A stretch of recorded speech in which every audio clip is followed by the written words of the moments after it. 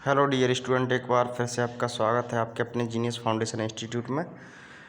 तो ITI first year electrician trade के लिए जो तीसरा चैप्टर है वो अपन इसके अंदर कवर करेंगे। तीसरा चैप्टर का नाम है वायर जॉइंट सोल्डरिंग भूमिगत cable, wire joint soldering underground cable. इसके अंदर जो भी जितनी मोस्ट क्वेश्चन होंगे सभी अपन इसमें से कवर करेंगे, कोई भी क्वेश्चन नहीं छोड़ेंगे, क्योंकि जो एग्ज़ाम में आने वाले जो आपको 410 क्वेश्चन टोटल आपको इम्पोर्टेंट क्वेश्चन है ये पढ़ना है। तो क्वेश्चन है, इस औजार का नाम क्या है। जो आपके सामने ये औजार दिख रहा है पेपर में, कंप्यूटर की स्क्रीन पे ऐसा औजार आपको दिखेगा, तो इस औजार का नाम क्या है। तो इसको बोलते हैं क्रिम्पिंग टूल।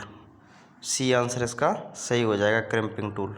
इस तरीके से इस औजार को आप देख सकते हैं, इसको बोलते हैं क्रिम्पिंग टूल। क्या इसका क्या नाम है, क्रिम्पिंग टूल। इसका चित्र इस तरीके से आपको ध्यान रखना है, इसको क्या बोलते हैं, क्रिम्पिंग टूल। अगला क्वेश्चन देखते हैं। अगला क्वेश्चन है, मानक तार गेज SWG में तार के आकार को मापने के लिए संभावित सीमा क्या है।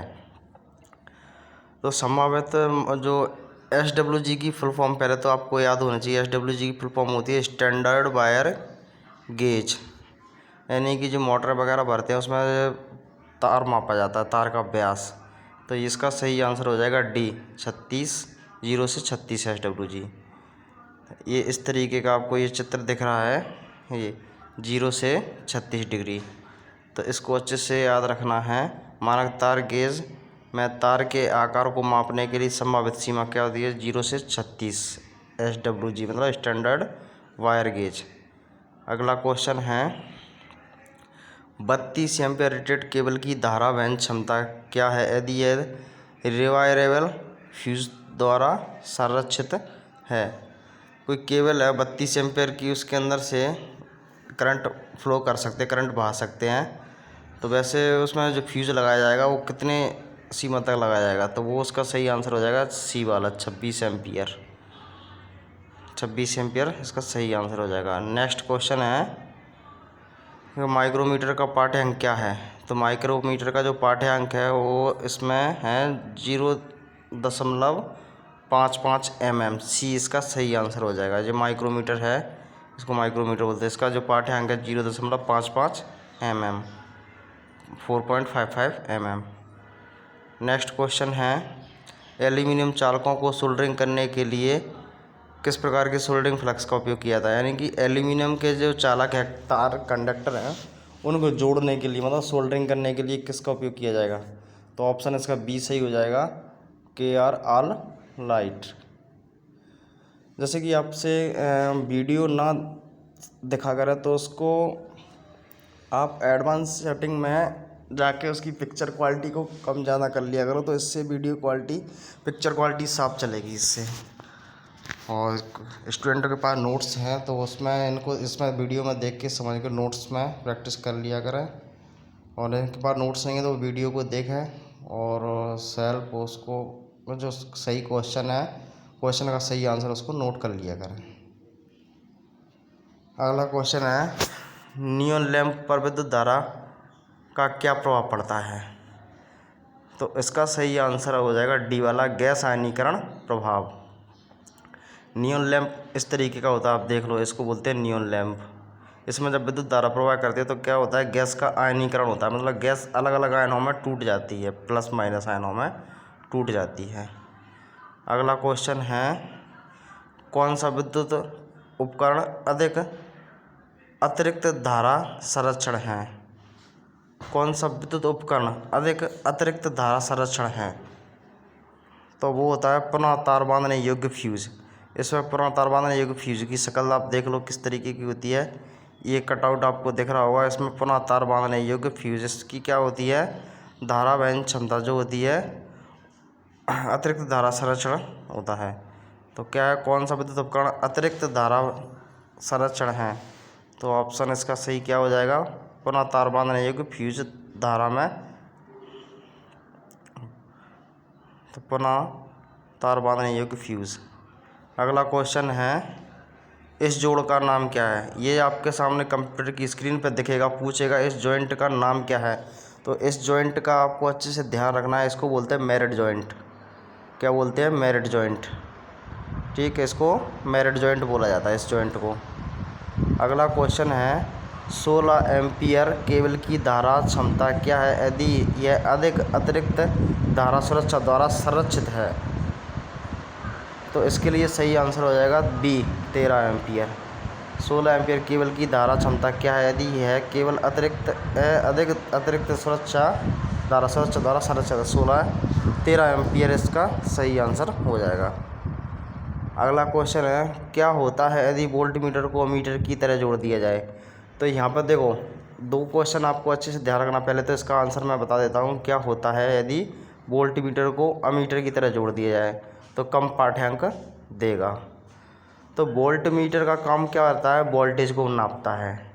तो वोल्टमीटर को वोल्टेज नापने के लिए पूछता है किस क्रम में लगाते हैं? तो समांतर क्रम में लगाते हैं। और अमीटर और एम्पियर मीटर एक ही बात होती है। अमीटर कह लो या एम्पियर मीटर कह लो, इसके द्वारा क्या करते हैं? करंट मापा जाता है। इसको करंट मापने के लिए सीरीज क्रम में लगाते हैं। तो ये जो दिख रहा है आपको वोल्टमीटर दिख रहा है, ये जो दिख रहा है वो एम्पियर मीटर दिख रहा है।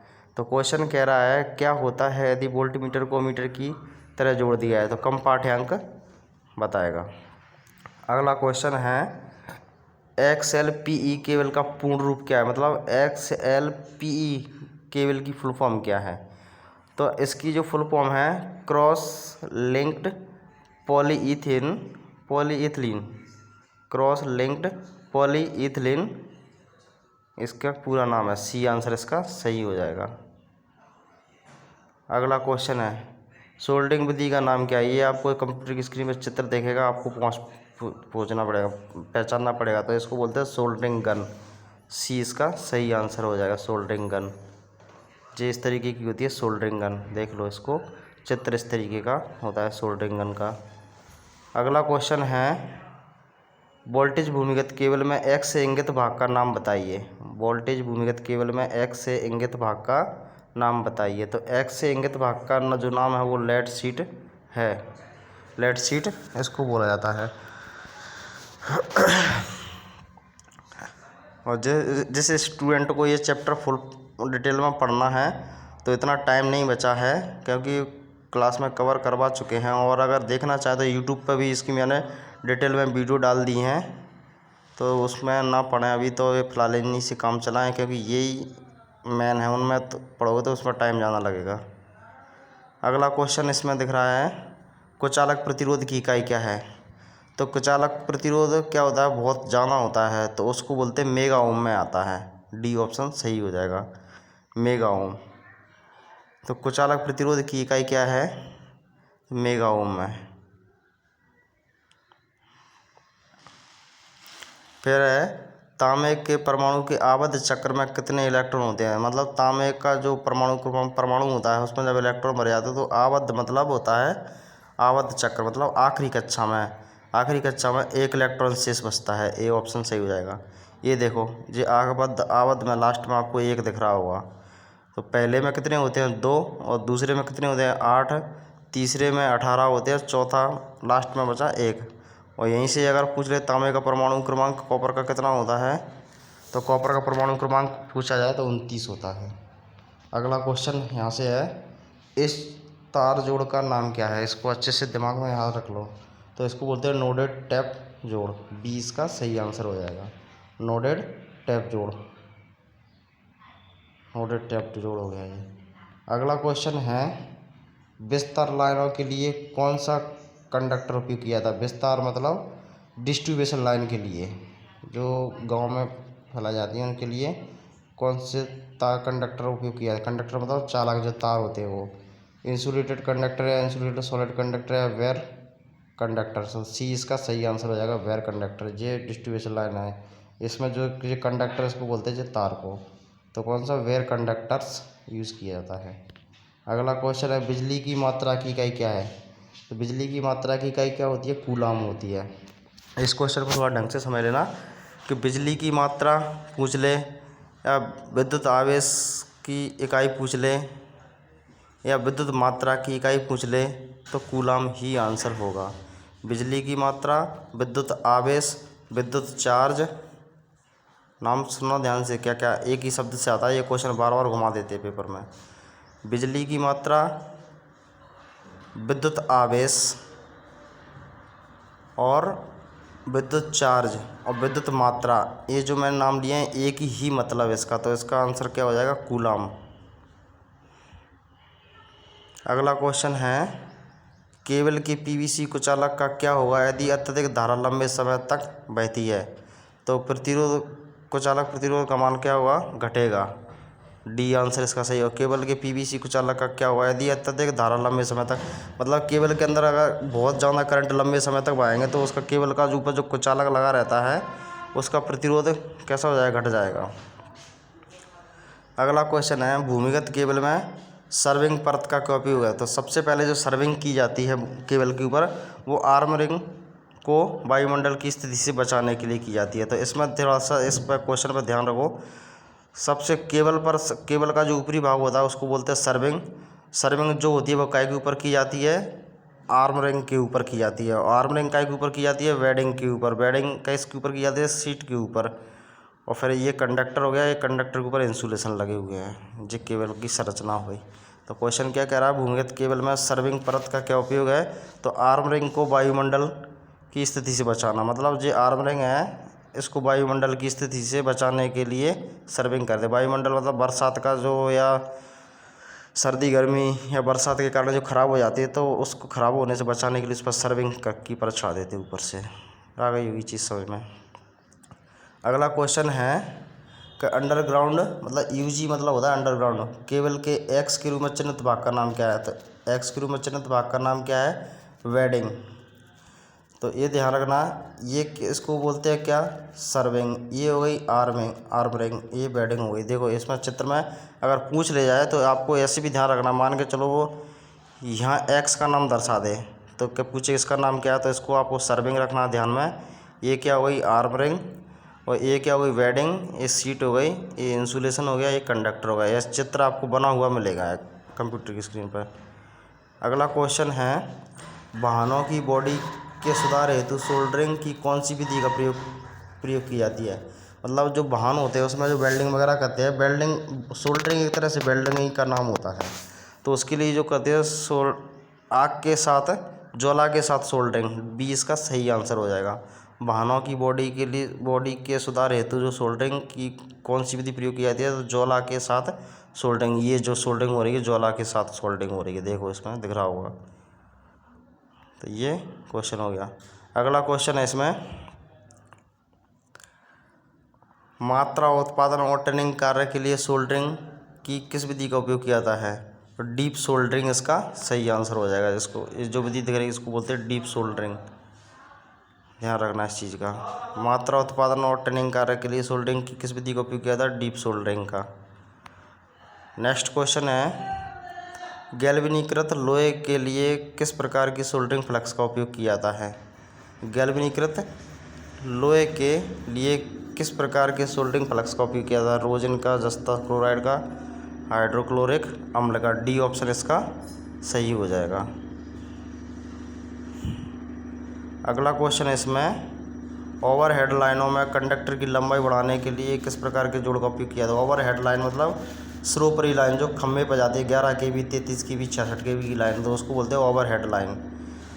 तो वो तारों की लंबाई बढ़ाने के लिए जॉइंट करते हैं, तो वो कौन सा जॉइंट किया जाता है? तो वेस्टर्न यूनियन जोड़ का प्रयोग किया जाता है। वेस्टर्न यूनियन जोड़, डी इसका सही आंसर हो जाएगा। ये वेस्टर्न यूनियन जोड़, इसको जो दिख रहे हैं आपको। अगला जो है, इस लूप टेस्ट से यूजी केबल मतलब अंडरग्राउंड केबल के किस प्रकार के फॉल्ट का पता लगाया जाता है? किस फॉल्ट का पता लगाया जाता है? तो शॉर्ट सर्किट मतलब बी वाला इसका सही आंसर हो जाएगा, लघु परिपथ दोष। अगला क्वेश्चन है, ब्रिटानिया टी जॉइंट का क्या उपयोग है? तो ब्रिटानिया टी जॉइंट जो किया जाता है ये मुख्य लाइन से सेवा लाइन जुड़ाव हेतु, सिरोपरी लाइन से सेवा लाइन, सिरोपरी लाइन से सेवा जुड़ाव हेतु जोड़ना। डी इसका सही आंसर हो जाएगा। तो आपको देख लेना, समझ लेना इसको अच्छे से। नेक्स्ट क्वेश्चन है इसमें, केबल बिछाने की कौन सी विधि संकीर्ण क्षेत्रों हेतु उपयुक्त है। मतलब जो केबल बिछाते हैं कमरे के अंदर वगैरह कहीं वैसी जगह पर केबल बिछाते हैं तो संकीर्ण मतलब सक्रिय जगह हो, वहाँ किसका उपयोग करेंगे, तो डक्ट पाइप का उपयोग किया जाएगा। बी इसका सही आंसर हो जाएगा। केबल बिछाने की कौन सी विधि संकीर्ण क्षेत्रों हेतु उपयुक्त है, तो डक्ट पाइप, इसको बोलते हैं डक्ट पाइप। ये आपको दिख रहे होंगे, इसको डक्ट पाइप बोला जाता है। लास्ट क्वेश्चन है आपका, भूमिगत केबल में कौन सा भाग धात्विक कवच को संरक्षण से बचाता है, तो इसमें सही आंसर हो जाएगा बेडिंग। भूमिगत केबल में कौन सा भाग धात्विक कवच को संरक्षण से बताता है, तो बेडिंग। तो इसको अच्छे से देख लेना, समय लेना इन क्वेश्चनों को, इसमें जैसे आर्मेनिंग वगैरह है तो ये आपके बहुत काम की चीज़ है। मिलते हैं फिर नेक्स्ट वीडियो में। जय हिंद।